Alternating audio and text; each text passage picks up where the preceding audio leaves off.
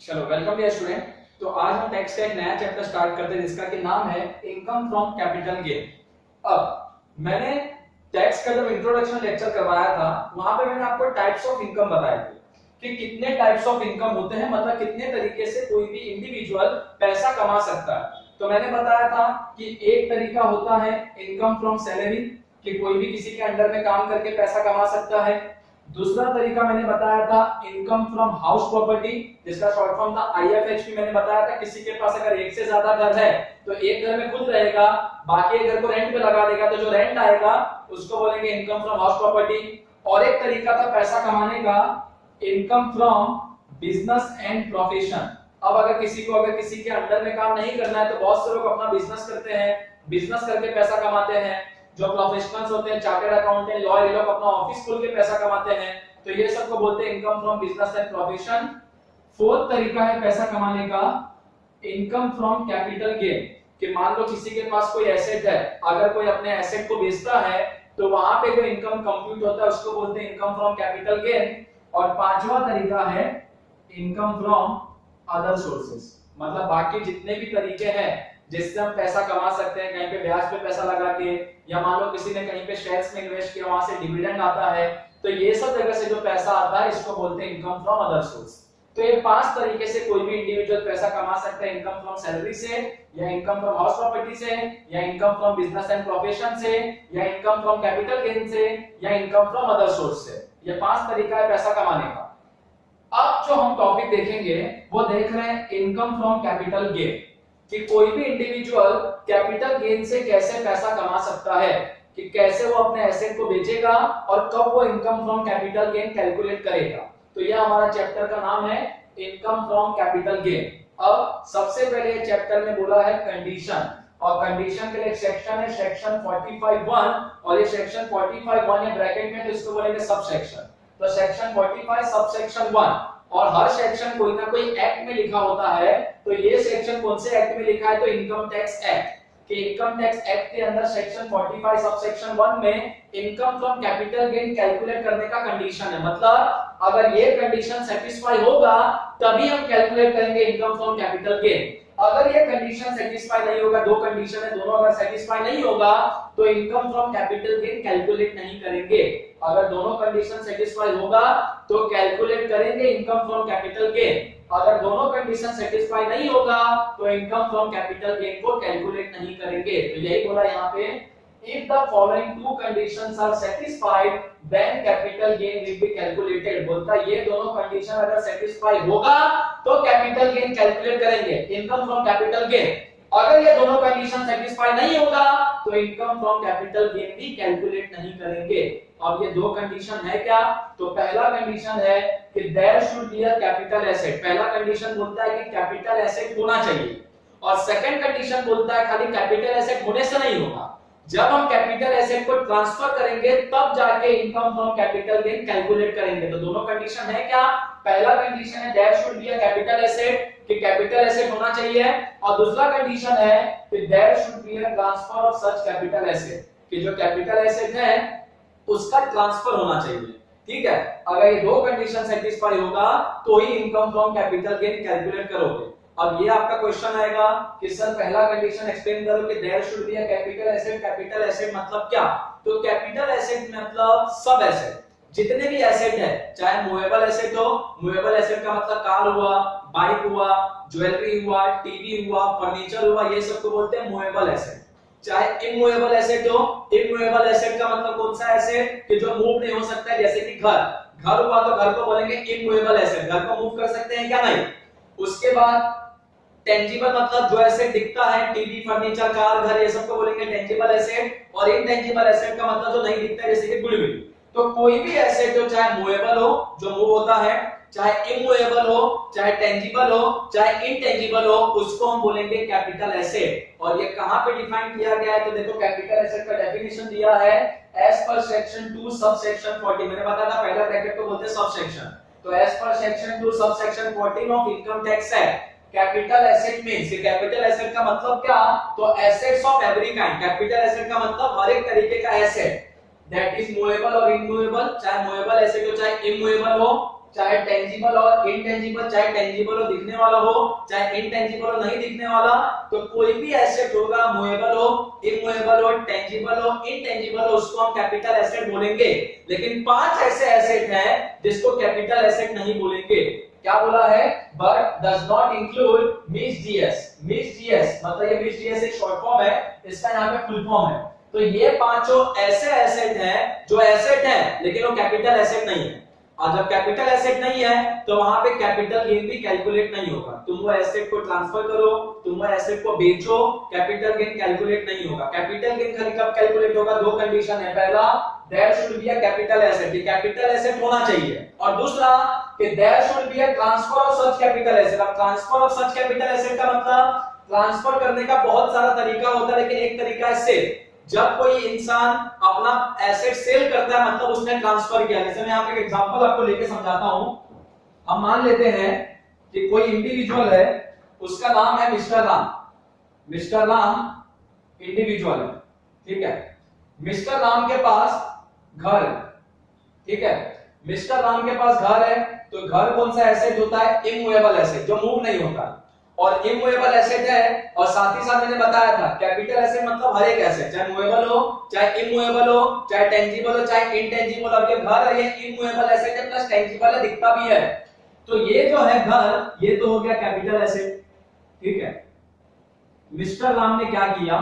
जो अपना घर था, जो इसका घर है, वो उसने सेल कर दिया। सेल किसको किया? मिस्टर लक्ष्मण को। कितने में सेल किया? मान लेते हैं कि सेल किया 10 लाख में। समझ गया पूरा स्टोरी क्या है? कि मिस्टर राम के पास घर था, मिस्टर राम के पास जो घर था उसको बोलेंगे कैपिटल एसेट। तो मिस्टर राम ने अपना कैपिटल एसेट सेल कर दिया। किसको सेल किया? मिस्टर लक्ष्मण को। फ्री में नहीं सेल किया। कितने में सेल किया? 10 लाख में। तो ये जो मिस्टर राम ने सेल किया इसको बोलते हैं ट्रांसफर। अरे ट्रांसफर का मतलब क्या? कि पहले कैपिटल एसेट किसके नाम पे था? मिस्टर राम के नाम पे। मिस्टर राम ने जैसे ही घर बेच दिया लक्ष्मण को, अब ये घर किसके नाम पे हो गया? लक्ष्मण के नाम पे। तो जब ओनरशिप चेंज होता है, ओनरशिप चेंज होने का मतलब पहले घर का ओनर कौन था? मिस्टर राम। बाद में घर का ओनर कौन हो गया? मिस्टर लक्ष्मण। तो जब ओनरशिप चेंज होता है तो उसी को बोलते हैं ट्रांसफर। तो जब मिस्टर राम ने सेल किया अपना घर, किसको सेल किया? मिस्टर लक्ष्मण को। तो इसका मतलब मिस्टर राम ने ट्रांसफर कर दिया। क्या ट्रांसफर किया? Capital asset. तो ये जो घर है, ये घर तुम्हारा क्या है? Capital asset. घर तुम्हारा क्या है? Capital asset. तो पहला कंडीशन क्या बोलता है? कि there should be a capital asset. तो यहाँ पे कैपिटल एसेट है, किसके पास है? मिस्टर राम के पास। और दूसरा कंडीशन क्या बोलता है? There should be a transfer of such capital asset. तो मिस्टर राम ने जब अपना घर बेचा मिस्टर लक्ष्मण को, तो इसका मतलब मिस्टर राम ने अपना एसेट को ट्रांसफर कर दिया। अब मिस्टर राम को कितना मिला? 10 लाख रुपया मिला। अब ये 10 लाख रुपए के लिए मिस्टर राम क्या कैलकुलेट करेगा? तो कैलकुलेट करेगा इनकम फ्रॉम कैपिटल गेन। क्योंकि इनकम फ्रॉम कैपिटल गेन का यही कंडीशन है कि एक तो कैपिटल एसेट होना चाहिए, दूसरा उसका क्या होना चाहिए? ट्रांसफर। अरे मिस्टर राम के पास खाली घर होगा और ट्रांसफर नहीं करता, ट्रांसफर नहीं करता है, 10 लाख रुपए मिस्टर राम के पास आता है क्या? नहीं आता। 10 लाख रुपए नहीं आता तो वो income from capital gain calculate नहीं करता। तो खाली कैपिटल एसेट होने से नहीं होता, एक तो कैपिटल एसेट होना चाहिए और प्लस उसका क्या होना चाहिए? ट्रांसफर, तब जाके निकालेंगे इनकम फ्रॉम कैपिटल गेन। तो यही यहाँ पे बोला था सेक्शन 45(1) में। क्या बोला था? if the following two conditions are satisfied then capital gain will be calculated। अगर ये दोनों कंडीशन सेटिस्फाई होगा तो ही कैपिटल गेन कैलकुलेट करेंगे। दोनों कंडीशन है क्या? पहला कंडीशन है कि there should be a capital asset, की कैपिटल एसेट होना चाहिए। और दूसरा कंडीशन है कि there should be a transfer of such capital asset. एक तो कैपिटल एसेट होना चाहिए और दूसरा उसका ट्रांसफर होना चाहिए। कैपिटल एसेट है और ट्रांसफर नहीं किया, ट्रांसफर नहीं किया तो पैसा ही नहीं आया, पैसा नहीं आया तो भाई क्या? Income from capital gain. और इनकम मतलब कुछ पैसा आना चाहिए। तो इनकम कब आएगा? जब कैपिटल एसेट को ट्रांसफर करेंगे, सेल करेंगे तब। तो एक तो होना चाहिए कैपिटल एसेट, दूसरा होना चाहिए उसका ट्रांसफर, तब जाके कैलकुलेट करेंगे इनकम फ्रॉम कैपिटल गेन। अब आगे बोला है कैपिटल एसेट का मतलब क्या? यहाँ बोल तो दिया capital asset, but capital asset मतलब क्या? कैपिटल एसेट मतलब हर एसेट जो मूवेबल हो, जो मूव होता है, चाहे इमूवेबल हो, चाहे टेंजिबल हो, चाहे इनटेंजिबल हो। लेकिन 5 ऐसा चीज है जिसको हम कैपिटल एसेट नहीं बोलेंगे। वो एसेट है लेकिन कैपिटल एसेट नहीं बोलेंगे। अब ये है क्या? तो उसका शॉर्ट फॉर्म है मिस जीएस। मिस जीएस में पहला एम होता है मूवेबल पर्सनल एसेट। जितने भी तुम्हारे मूवेबल पर्सनल एसेट है, जैसे फर्नीचर हुआ, टीवी हुआ, कार हुआ, फर्नीचर को मूव कर सकते one place to another, car को भी मूव कर सकते हैं एक जगह से दूसरी जगह पे, टीवी को भी उठा के कहीं भी लेके जा सकते हैं, या कंप्यूटर हुआ। तो ये सब मूवेबल पर्सनल एसेट है। और मूवेबल पर्सनल एसेट के केस में कभी भी income from capital gain calculate नहीं होगा। क्यों नहीं होगा? क्योंकि movable personal asset capital asset ही नहीं है, और जब कैपिटल एसेट ही नहीं है तो तुम उसको बेचोगे फिर भी कैपिटल गेन कैलकुलेट नहीं होगा। आप भी बोलोगे सर आपने बोला कैपिटल एसेट मतलब मूवेबल एसेट भी होता है, अब बोलते हो कि मूवेबल एसेट को कैपिटल एसेट नहीं बोलने का। सब नहीं, कुछ ऐसे भी मूवेबल एसेट है जिसको हम कैपिटल एसेट बोलेंगे, लेकिन उसके अलावा बाकी जितने भी मूवेबल एसेट है उसको हम कैपिटल एसेट नहीं बोलेंगे। तो ये बात ध्यान में रखना। अगर किसी के पास कार है वो अपने कार को बेचेगा, बेचा मतलब ट्रांसफर किया, लेकिन इनकम फ्रॉम कैपिटल गेन नहीं आएगा। क्यों? क्योंकि कार कैपिटल एसेट है ही नहीं। और इनकम फ्रॉम कैपिटल गेन निकालने के लिए दो कंडीशन फुलफिल होना चाहिए ना, एक तो कैपिटल एसेट होना चाहिए, उसका ट्रांसफर होना चाहिए। अब जो कार है, कार तो कैपिटल एसेट है ही नहीं, तो उसका ट्रांसफर करेंगे तो भी इनकम फ्रॉम कैपिटल गेन नहीं आएगा। बाइक हुआ, अब बाइक जो है, बाइक तो कैपिटल एसेट है ही नहीं, तो तुम उसका ट्रांसफर भी करोगे तो भी तुम्हारा इनकम फ्रॉम कैपिटल गेन नहीं आएगा। सिमिलरली तुम्हारा फर्नीचर है, फर्नीचर को बेच दो, बेच दिया मतलब ट्रांसफर कर दिया। अब जो फर्नीचर है, फर्नीचर तो कैपिटल एसेट है ही नहीं, तो तुम उसको फर्नीचर को बेचो, किसको भी बेचो, किसको भी ट्रांसफर करो, फर्नीचर बेचेंगे तो भी इनकम फ्रॉम कैपिटल गेन नहीं आएगा। तो जितने भी मूवेबल पर्सनल एसेट है उसको कैपिटल एसेट नहीं बोलते हैं। जब कैपिटल एसेट नहीं बोलते हैं तो तुम उसको ट्रांसफर भी करोगे तो भी इनकम फ्रॉम कैपिटल गेन नहीं आएगा, क्योंकि income from capital gain calculate करने का दो कंडीशन है, एक कि कैपिटल एसेट होना चाहिए और दूसरा उसका ट्रांसफर होना चाहिए। लेकिन जो चीज कैपिटल एसेट ही नहीं है तो तुम उसका ट्रांसफर भी करोगे तो भी इनकम फ्रॉम कैपिटल गेन नहीं आएगा। ठीक है, तो दो कंडीशन में पहला कंडीशन क्या था कि एक तो कैपिटल एसेट होना चाहिए और दूसरा क्या था, कैपिटल एसेट का क्या होना चाहिए, ट्रांसफर। ठीक है, अगर कैपिटल एसेट है और ट्रांसफर नहीं हुआ, सॉरी ट्रांसफर हो भी गया, सॉरी कैपिटल एसेट है और ट्रांसफर नहीं हुआ तो इनकम फ्रॉम कैपिटल गेन नहीं आएगा। या मान लो कैपिटल एसेट नहीं है और ट्रांसफर हुआ तो भी इनकम फ्रॉम कैपिटल गेन नहीं आएगा। इनकम फ्रॉम कैपिटल गेन तब आएगा कि कैपिटल एसेट होना चाहिए प्लस उसका क्या होना चाहिए, ट्रांसफर। मैंने बताया हर एसेट को कैपिटल एसेट बोलेंगे सिवाय पांच एसेट को। पांच एसेट क्या? पहला है मूवेबल पर्सनल एसेट, जितने भी मूवेबल पर्सनल एसेट है उसको कैपिटल एसेट नहीं बोलेंगे, जैसे कि फर्नीचर, टीवी, कार एक्सेट्रा। तो तुम फर्नीचर, टीवी, कार एक्सेट्रा को बेचोगे फिर भी income from capital gain calculate नहीं होगा। क्यों? क्योंकि मूवेबल पर्सनल एसेट को कैपिटल एसेट नहीं बोलते हैं। लेकिन कुछ ऐसे भी मूवेबल पर्सनल एसेट है जिसको कैपिटल एसेट बोलते हैं, और वो क्या है वो हम देखेंगे बाद में। ठीक है, तो एक तो ये हो गया जिसको कैपिटल एसेट नहीं बोलेंगे, मूवेबल पर्सनल एसेट। दूसरा, rural agricultural land in India. बहुत से लोग का गांव में खेत होता है, एग्रीकल्चरल लैंड। तो अगर किसी के पास गांव में जमीन है, रूरल एरिया मतलब कि जो गांव का एरिया होता है, विलेजेस, तो वहां पे अगर किसी के पास एग्रीकल्चर लैंड है, अगर एग्रीकल्चर लैंड को बेच भी देगा तो भी income from capital gain calculate नहीं होगा, क्योंकि रूरल एग्रीकल्चरल लैंड को मतलब जो गांव में खेत है उसको कैपिटल एसेट नहीं बोला। जितने भी लैंड होते हैं, जमीन, सब एसेट होता है, बराबर। लैंड एसेट ही होता है क्योंकि लैंड को बेच के पैसा आता है, लेकिन जो गांव में खेती का जमीन होता है, रूरल एग्रीकल्चरल लैंड, उसको कैपिटल एसेट नहीं माना गया। क्यों? क्योंकि गवर्नमेंट को क्या लगता है कि अगर किसी के पास गांव में खेत है, किसका भी है, तो वो अपने गांव का खेत तब बेचेगा जब उसको पैसे का बहुत रिक्वायरमेंट है। अगर ऐसे उसका सब कुछ अच्छे चल रहा है तो कोई भी अपने गांव का घर जमीन बेचता नहीं है। तो यही बोला है गवर्नमेंट ने कि कोई भी अगर रूरल एग्रीकल्चरल लैंड बेचेगा, ट्रांसफर करेगा, तो income from capital gain calculate नहीं करेंगे।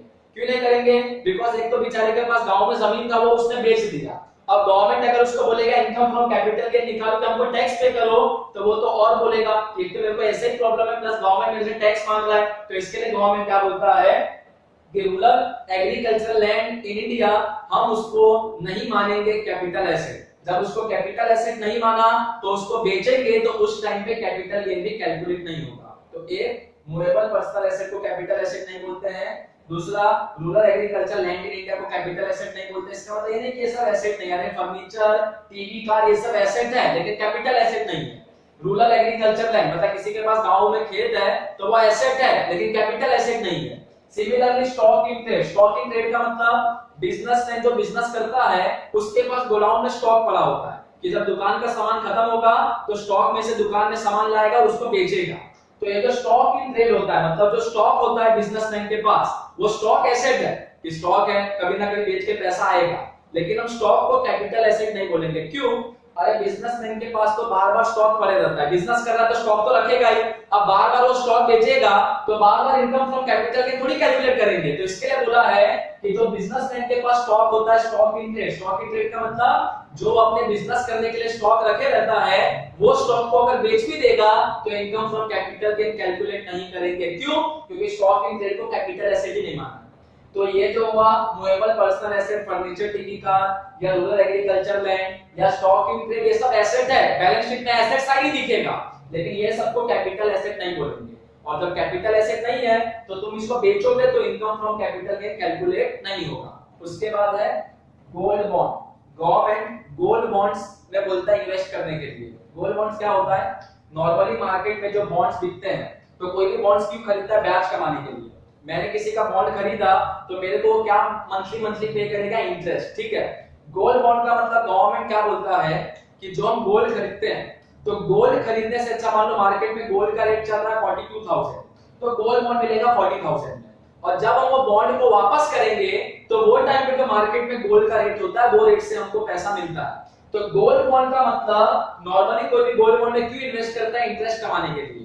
कि मैंने मान लो गोल्ड बॉन्ड खरीदा, तो मैंने बॉन्ड खरीदा तो मेरे को उससे क्या मिलेगा? इंटरेस्ट। उसी तरीके से होता है special bearer bond. Special bearer bond का मतलब कि जिसके हाथ में ये बॉन्ड का पेपर होगा, बॉन्ड उसी का माना जाएगा। मान लो कि मैंने स्पेशल बेयरर बॉन्ड खरीदा, मेरे को एक पेपर मिला कि इतना इतना बॉन्ड मैंने खरीदा, मैंने पेपर मिसप्लेस कर दिया, पेपर गुम गया, तो वो पेपर जिसके पास भी होगा ये माना जाएगा कि उस इंसान ने बॉन्ड को खरीदा है। तो नॉर्मल यहाँ पे बॉन्ड समझते हैं कि gold bond, special bearer bond में कोई भी पैसा क्यों इन्वेस्ट करता है? इंटरेस्ट कमाने के लिए। कोई भी तुम बॉन्ड खरीदोगे तो बॉन्ड पे क्या मिलेगा? इंटरेस्ट। हाँ, अब मान लो मैंने गोल्ड बॉन्ड खरीदा या मैंने स्पेशल बेयरर बॉन्ड खरीदा, अब मेरे को नहीं चाहिए तो मैंने गोल्ड बॉन्ड बेच दिया या स्पेशल बेयरर बॉन्ड बेच दिया। अब गोल्ड बॉन्ड या स्पेशल बेयरर बॉन्ड भी एक तरीके का एसेट है। क्यों एसेट है? क्योंकि जब तक ये अपने पास रहता है उस पर अपने को क्या मिलता है? इंटरेस्ट। लेकिन जब हम गोल्ड बॉन्ड को बेचेंगे, जब हम स्पेशल बेयरर बॉन्ड को बेचेंगे, मतलब हमने एसेट को बेचा, तो क्या बोलता है रूल कि कैपिटल एसेट है और अगर हमने उसको बेचा तो income from capital gain calculate होगा। लेकिन जो गोल्ड बॉन्ड है और जो स्पेशल बेयरर बॉन्ड है, इसको कैपिटल एसेट नहीं बोलते। एसेट है लेकिन कैपिटल एसेट नहीं है। तो कोई भी अगर अपना गोल्ड बॉन्ड बेचेगा या स्पेशल बेयरर बॉन्ड बेचेगा तो उस टाइम पे income from capital gain calculate नहीं होगा। क्यों नहीं होगा? क्योंकि गोल्ड बॉन्ड और स्पेशल बेयरर बॉन्ड को कैपिटल एसेट नहीं माना। जब ये कैपिटल एसेट ही नहीं है तो ट्रांसफर भी करोगे तो भी income from capital gain calculate नहीं होगा। समझ में आया? तो ये था income from capital gain calculate कब होता है? अगर दो कंडीशन सेटिस्फाई होगा तो। एक तो होना चाहिए कैपिटल एसेट, दूसरा उसका क्या होना चाहिए? ट्रांसफर। फिर बोलता है कैपिटल एसेट मतलब क्या? कैपिटल एसेट मतलब हर asset, movable, immovable, tangible, intangible सिवाय पांच ऐसे एसेट है जिसको कैपिटल एसेट नहीं बोलेंगे। वो पांच है क्या? तो movable personal asset, rural agriculture land in India, stock in trade, gold bond, special bearer bond. ये पांच ऐसे एसेट हैं जो एसेट है लेकिन इसको हम कैपिटल एसेट नहीं बोलेंगे, कभी नहीं बोलेंगे इसको कैपिटल एसेट। ठीक है। तो जब ये कैपिटल एसेट ही नहीं है तो कोई अपना गोल्ड बॉन्ड बेचे या स्पेशल बेयरर बॉन्ड बेचे या स्टॉक इन ट्रेड बेचे या rural agriculture land in India बेचे, तो ये सब तो कैपिटल एसेट है ही नहीं। जब ये मिस डीएस कैपिटल एसेट नहीं है तो यहाँ पे कैपिटल गेन भी कैलकुलेट नहीं होगा। बाकी इसके अलावा जितने भी एसेट है अगर उसको हम बेचेंगे, मान लो किसी के पास घर है तो घर में एक्सेप्शन में नहीं है, तो अगर किसी के पास घर है तो घर कैपिटल एसेट है। और अगर कोई अपना घर बेचेगा तो उस टाइम पे क्या कैलकुलेट करेंगे? Income from capital gain. क्योंकि घर है मतलब कैपिटल एसेट है और घर को बेचा मतलब ट्रांसफर कर दिया तो कैपिटल एसेट भी था, ट्रांसफर भी कर दिया, तो वहां पे आएगा इनकम फ्रॉम कैपिटल गेन। अब मान लो किसी के पास गोल्ड बॉन्ड है, गोल्ड बॉन्ड को बेच दिया, तो गोल्ड बॉन्ड है और गोल्ड बॉन्ड को बेच दिया मतलब ट्रांसफर किया, क्या इनकम फ्रॉम कैपिटल गेन आएगा? नहीं आएगा। क्यों नहीं आएगा? बिकॉज़ गोल्ड बॉन्ड को कैपिटल एसेट बोला ही नहीं है। स्टॉक इन ट्रेड अगर किसी के पास है, कोई अगर अपना स्टॉक इन ट्रेड बेचेगा मतलब ट्रांसफर कर दिया, लेकिन स्टॉक इन ट्रेड बेचने के टाइम पे भी income from capital gain calculate नहीं होगा। क्यों नहीं होगा? क्योंकि स्टॉक इन ट्रेड को भी कैपिटल एसेट नहीं माना गया। ठीक है। आगे एक समरी टाइप में एसेट दो टाइप्स को बांट देते हैं। मिस डीएस का मतलब ये पांचों: movable personal asset, rural agriculture land in India, stock in trade, gold bond, special bearer bond. अब ये जो है मिस डीएस क्या है? कैपिटल एसेट है? नहीं है। तो ये कैपिटल एसेट नहीं है इसलिए कैपिटल एसेट लिख के इसके ऊपर क्रॉस मारा। जब ये कैपिटल एसेट ही नहीं है मिस डीएस तो यहाँ पे क्या कैपिटल गेन कैलकुलेट होगा? कैपिटल गेन भी कैलकुलेट नहीं होगा। बाकी मिस जीएस के अलावा बाकी जितने भी एसेट है वो कैपिटल एसेट है, हाँ है, तो इसलिए यहाँ पे हमने टिक किया। और ये कैपिटल एसेट है तो इसके लिए यहाँ पे क्या कैलकुलेट होगा, कैपिटल गेन। तो जब तक कोई भी चीज कैपिटल एसेट नहीं होता है तब तक कैपिटल गेन भी कैलकुलेट नहीं होता है, लेकिन जब कोई चीज कैपिटल एसेट बन जाता है तो कैपिटल गेन भी कैलकुलेट होता है। तो एसेट दो टाइप का हो सकता है, एक होगा मिस जीएस और एक होगा अदर एसेट। अगर हमारा एसेट मिस जीएस है तो मिस जीएस तो कैपिटल एसेट है ही, मैंने बता दिया कि ये पांचों एसेट है लेकिन कैपिटल एसेट नहीं है, तो मिस जीएस कैपिटल एसेट ने इसलिए क्रॉस मारा। जब कैपिटल एसेट नहीं है तो कैपिटल गेन भी कैलकुलेट नहीं होगा, लेकिन मिस जीएस के अलावा जितने भी एसेट है कैपिटल एसेट है, हाँ है, इसलिए टिक मारा, इसके लिए यहाँ पे कैपिटल गेन भी कैलकुलेट होगा। समझ में आया? तो ये है अपना एसेट का समरी। उसके बाद नोट, मैंने बताया था जितने भी मूवेबल पर्सनल एसेट है किसी को भी कैपिटल एसेट नहीं बोलते हैं सिवाय कुछ के। अब ऐसे कौन कौन से मूवेबल पर्सनल एसेट है जिसको हम कैपिटल एसेट बोलते हैं, तो बोला है देखो, following are movable personal asset but on transfer of this asset capital gain will be calculated. बोलता है कि नीचे तीन नाम है, मतलब तीन ऐसी चीज है जो मूवेबल पर्सनल एसेट है, लेकिन वो जब बेचोगे तो कैपिटल गेन भी कैलकुलेट होगा। क्यों? क्योंकि ये एसेट्स को कैपिटल एसेट बोला गया है। मैंने पहले क्या बताया, जितने भी मूवेबल पर्सनल एसेट हैं किसी को भी कैपिटल एसेट नहीं बोलते, लेकिन कुछ ऐसे मूवेबल पर्सनल एसेट है जिसको कैपिटल एसेट बोलते हैं और जब उसको बेचेंगे तो कैपिटल गेन भी कैलकुलेट होगा। अब क्वेश्चन आप ये पूछोगे कि सर ऐसे कौन कौन से मूवेबल पर्सनल एसेट है जिसको कैपिटल एसेट बोलते हैं, तो देखो यहाँ पे पहला ज्वेलरी। अगर किसी के पास ज्वेलरी है तो ज्वेलरी हम मूव कर सकते हैं वन प्लेस टू अनदर। अगर कोई अपना ज्वेलरी बेचता है तो ज्वेलरी को कैपिटल एसेट माना गया है, और ज्वेलरी अगर कैपिटल एसेट है और कैपिटल एसेट को बेचेंगे, दोनों कंडीशन हो गया कि कैपिटल एसेट भी था, कैपिटल एसेट को ट्रांसफर भी कर दिया, तो वहां पे कैलकुलेट होगा income from capital gain. Second, drawing. किसी के पास मान लो ड्राइंग है, पेंटिंग, या मान लो किसने पेंटिंग खरीद के रखा है, स्कल्पचर मतलब मूर्ति, जो मूर्तियां होती है भगवान का या कोई भी चीज का उसको बोलते हैं स्कल्पचर, और एनी वर्क ऑफ आर्ट। बहुत सारे ऐसे चीजें हैं जो आर्ट से बनाया जाता है, पुराने जमाने की चीजों को आर्ट से बनाया जाता था। तो अगर किसी के पास ड्राइंग है, पेंटिंग है, या कोई मूर्ति है, स्कल्पचर या कोई भी आर्ट का वर्क है, तो वो उसके लिए एसेट है और इस एसेट को कैपिटल एसेट बोलेंगे। तो अगर किसी के पास ड्राइंग है या पेंटिंग है तो जब अपने ड्राइंग या पेंटिंग को बेचेगा या स्कल्पचर कोई मूर्ति को बेचेगा तो ड्राइंग, पेंटिंग, स्कल्पचर ये कैपिटल एसेट है, और जब कैपिटल एसेट को बेचा मतलब ट्रांसफर किया तो यहाँ पे कैलकुलेट होगा income from capital gain. And third है आर्कियोलॉजिकल कलेक्शन, मतलब पुरानी चीजों को कलेक्ट करना। बहुत से लोगों को शौक होता है पुराने कॉइन्स को कलेक्ट करके रखना, ओल्ड कॉइन्स को। तो अगर किसी ने पुराने कॉइन्स को कलेक्ट करके रखा है तो ओल्ड कॉइन्स को कलेक्ट करके रखा है, तो जब वो अपने ओल्ड कॉइन्स को बेचेगा तो वो ओल्ड कॉइन्स को बोलते हैं आर्कियोलॉजिकल कलेक्शन, और जब वो अपने ओल्ड कॉइन्स को बेचेगा तो जो आर्कियोलॉजिकल कलेक्शन था वो कैपिटल एसेट है, मतलब ओल्ड कॉइन का वो कैपिटल एसेट है। जब वो अपने ओल्ड कॉइन्स को बेचेगा तो वहां पे भी कैलकुलेट होगा इनकम फ्रॉम कैपिटल गेन। तो ये तीन ऐसे मूवेबल पर्सनल एसेट है जिसको कैपिटल एसेट माना गया है, और जब हम इसको ट्रांसफर करके बेचेंगे तो इनकम फ्रॉम कैपिटल गेन भी कैलकुलेट होगा। ये तीन के अलावा बाकी जितने भी मूवेबल पर्सनल एसेट है, कार हुआ, बाइक हुआ, फर्नीचर हुआ, टीवी हुआ, कंप्यूटर हुआ, वो सब भी मूवेबल पर्सनल एसेट है, लेकिन वो सबको कैपिटल एसेट नहीं बोलेंगे। तो तुम टीवी बेचो, कार बेचो, बाइक बेचो, फर्नीचर बेचो, कंप्यूटर बेचो, वहां पे income from capital gain calculate नहीं होगा। क्यों नहीं होगा? क्योंकि टीवी, कार, फर्नीचर, बाइक ये सबको कैपिटल एसेट नहीं माना गया, लेकिन जो ज्वेलरी है या ड्राइंग, पेंटिंग, स्कल्पचर है या आर्कियोलॉजिकल कलेक्शन है, ये सबको कैपिटल एसेट माना गया है। भले ये सब मूवेबल पर्सनल एसेट है लेकिन फिर भी इनको कैपिटल एसेट माना गया है। तो जब हम इनको बेचेंगे तो ट्रांसफर भी हो गया, कैपिटल एसेट भी है, तो यहाँ पे कैलकुलेट होगा इनकम फ्रॉम कैपिटल गेन। ठीक है, ये हुआ किस चीज को हम बोलेंगे कैपिटल एसेट, क्या क्या चीजों को कैपिटल एसेट नहीं बोलेंगे। अगर हमारा एसेट कैपिटल एसेट नहीं है तो कैपिटल गेन भी कैलकुलेट नहीं होगा। अगर हमारा एसेट कैपिटल एसेट है तो कैपिटल गेन भी कैलकुलेट होगा।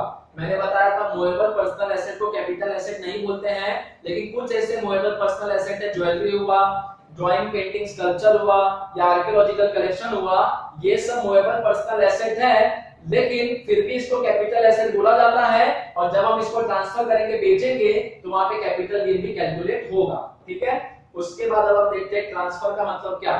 तो ट्रांसफर का मतलब होता है, transfer means change in the ownership. अरे घर जब तक राम के पास था, राम का ओनरशिप था, राम ने अपना घर किसको दे दिया, लक्ष्मण को, अब किसका ओनरशिप हो गया, लक्ष्मण का। ठीक है, तो ट्रांसफर का मतलब होता है चेंज इन द ओनरशिप, मतलब जब कोई अपने कोई भी चीज को बेचता है तो इसका मतलब ओनरशिप को चेंज कर रहा है। अरे पहले का राम के पास था, राम का ओनरशिप था, राम ने घर किसको बेच दिया, लक्ष्मण को, तो अब किसका ओनरशिप होगा, लक्ष्मण का। ठीक है, तो transfer means change in the ownership. एक तरीका है ट्रांसफर का सेल ऑफ कैपिटल एसेट, कि हम बेच के ट्रांसफर करते हैं। राम ने भी क्या किया, अपना घर बेच दिया, तो बेचा मतलब उसने अपना ओनरशिप ट्रांसफर कर दिया। अब राम ने जब लक्ष्मण को घर बेचा, फ्री में बेचा क्या, नहीं, लक्ष्मण ने कितना पे किया, 10 लाख। ये 10 लाख को बोलते हैं फुल वैल्यू ऑफ कंसीडरेशन। तो जब भी कोई एसेट सेल होता है तो उस केस में फुल वैल्यू ऑफ कंसीडरेशन क्या होता है, full value of consideration equal to selling price, मतलब जितने में भी एसेट बेचा उसको बोलते हैं फुल वैल्यू ऑफ कंसीडरेशन।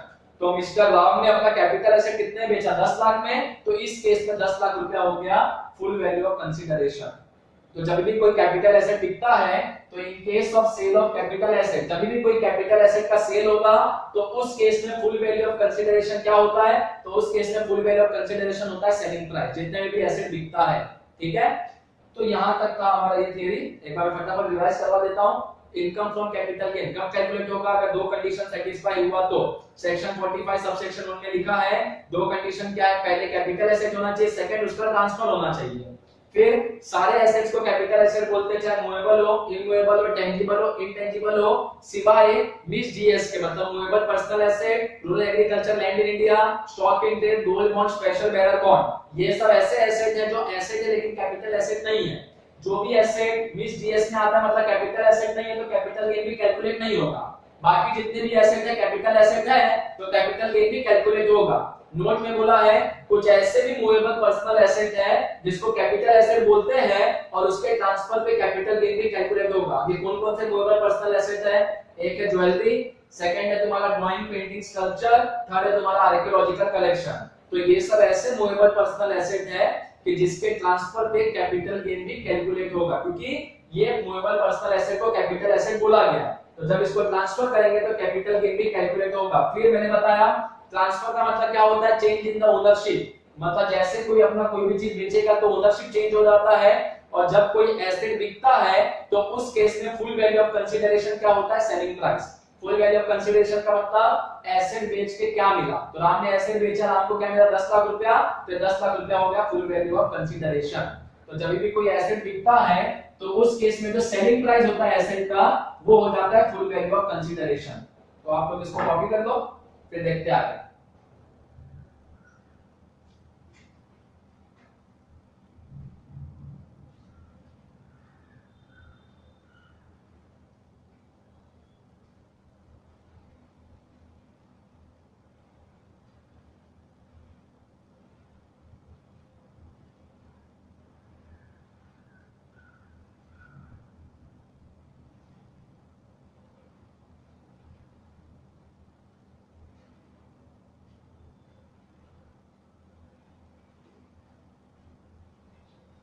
तो होप सो डियर स्टूडेंट आपने इसको कॉपी कर लिया। तो आज के लेक्चर के लिए हमारा इतना ही था इनकम फ्रॉम कैपिटल गेन में, और भी इसके कुछ थियरी है हम नेक्स्ट लेक्चर में देखेंगे। तब तक आप लोग इतना रिवाइज करके रखना, और अगर कोई डाउट होगा तो आप मेरे को कमेंट बॉक्स में पूछ सकते हो या मैसेज करके मेरे को पूछ सकते हो। ठीक है, तब तक इतना पूरा याद करके रखना, और ये सबको कॉपी तो आपने प्रॉपर एक नोट्स बना के रखो। ठीक है, और ये सबको पूरा रिवाइज करके अच्छे से रखो कि आगे अपने को काम आएगा क्वेश्चन सॉल्व करने के टाइम में। ठीक है, इसको कॉपी कर दो, बाकी हम नेक्स्ट लेक्चर में देखते हैं इसके आगे का theory income from capital gain का।